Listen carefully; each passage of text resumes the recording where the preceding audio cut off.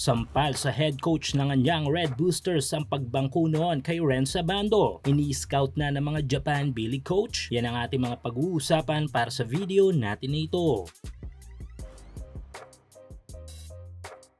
So mainit ang mga tapatan ng ating mga Pinoy Asian import sa liga ng mga Koreano na KBL dahil pasok na nga ngayon ang liga sa kanilang semis. Patuloy ang mainit na tapatan ng ating dalawang young Gilas player na si Carl Tamayo at Kevin Kembao, kung saan ay tangan ng team nila KQ ang lamang sa serye with 2-0 kontra dito sa LG Sakers. Habang sa kabilang tapatan naman sa pagitan ng team ng anyang Red Boosters at KCC Aggies ay matindi rin ang tapatang Renz Abando at Will Navarro. Though medyo nakakadismaya lang sa part ng KCC dahil nga binabangko lang madalas si Navarro, kabaliktar naman kay Renz Abando kung saan ay isa ito sa mga inaasahan ng anyang sa kanilang bawat laban. Kung nasubaybayan nyo kasi ang naging journey ni Abando sa regular season sa kamay ng anyang head coach na si Yudo Hun, ay talaga namang masaklap ang inabot ni Abando dahil kung hindi binabangko ay talagang hindi pinapasok sa laro. Di nga malaman kung di lang talaga kabisa ni Coach Hun ang kapasidad ni Kabayan o ayaw niya lang talaga kay Abando at nagawa niya yon. At ngayon nga ay heto at isa si Abando sa kanyang mabisang sandata bago ang semis at dito mismo sa semis ng liga. Suportahan ang inyong paboritong team sa PBA, NBA at MPBL o kahit pa nga sa mga overseas league. Full details sa comment section. Dahil dito ay mukhang magiging sampal para sa KBL coach na ito ang possible decision ni Abando next KBL season. Dahil sa ngayon ay nasa radar na si Abando ng ilang mga head coach sa Japan B-League. Sa katunayan ay napabilib niya nga ang isang B-League champion coach